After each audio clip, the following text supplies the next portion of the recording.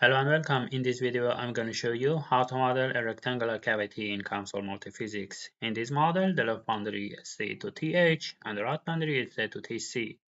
And the physical property also included here. So let's get started with COMSOL Multiphysics. For the start the model, click on Model Wizard.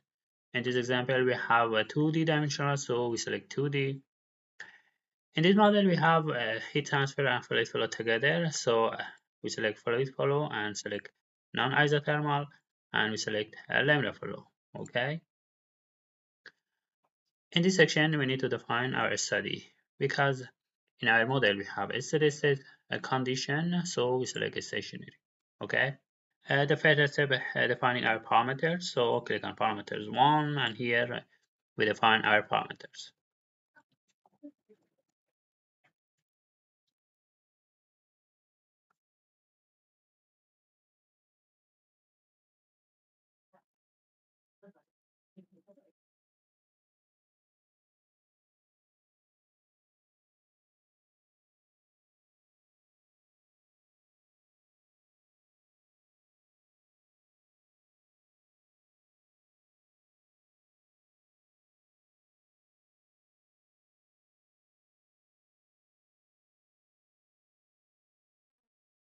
The next step is defining our geometry. So right-click geometry 1, select a rectangle, and our width is W and the height is L.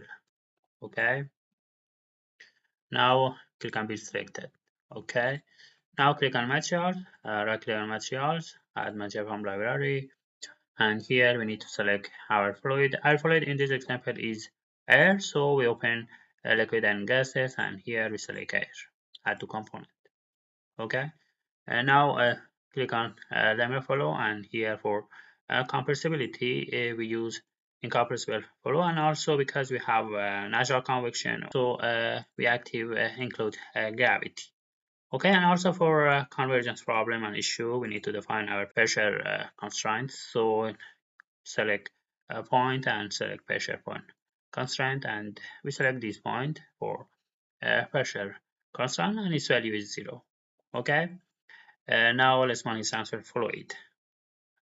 Okay, it is our fluid. So here you have the physical properties, and it is initial value. So we need to define our boundary condition. So right click in transferring fluid and select temperature. So it is our TH. So we define it here, TH. Right click again, select temperature, and this boundary is TC. Okay. Now select non-isothermal flow, and here we active Bottleneck's approximation. Okay, and now select mesh 1, right click mesh 1, select map mesh, right click map, distribution, and right click again and select distribution. Okay, for distribution 1, we select this boundary and also this boundary. So we have 40 number of elements here, and for distribution 2, we select this boundary condition. So here we use 140, and now click on build all. Okay, now click on stationary and click on compute to run the model.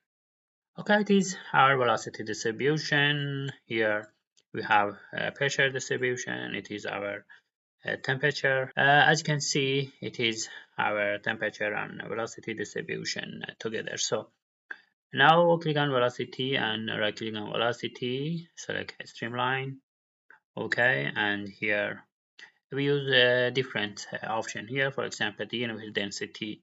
If we use click on build here, so you can see here the streamline. So if we use, for example, the starting point, the streamline sum is here. So we can deactivate the surface and delete it. Okay, so it is our streamline.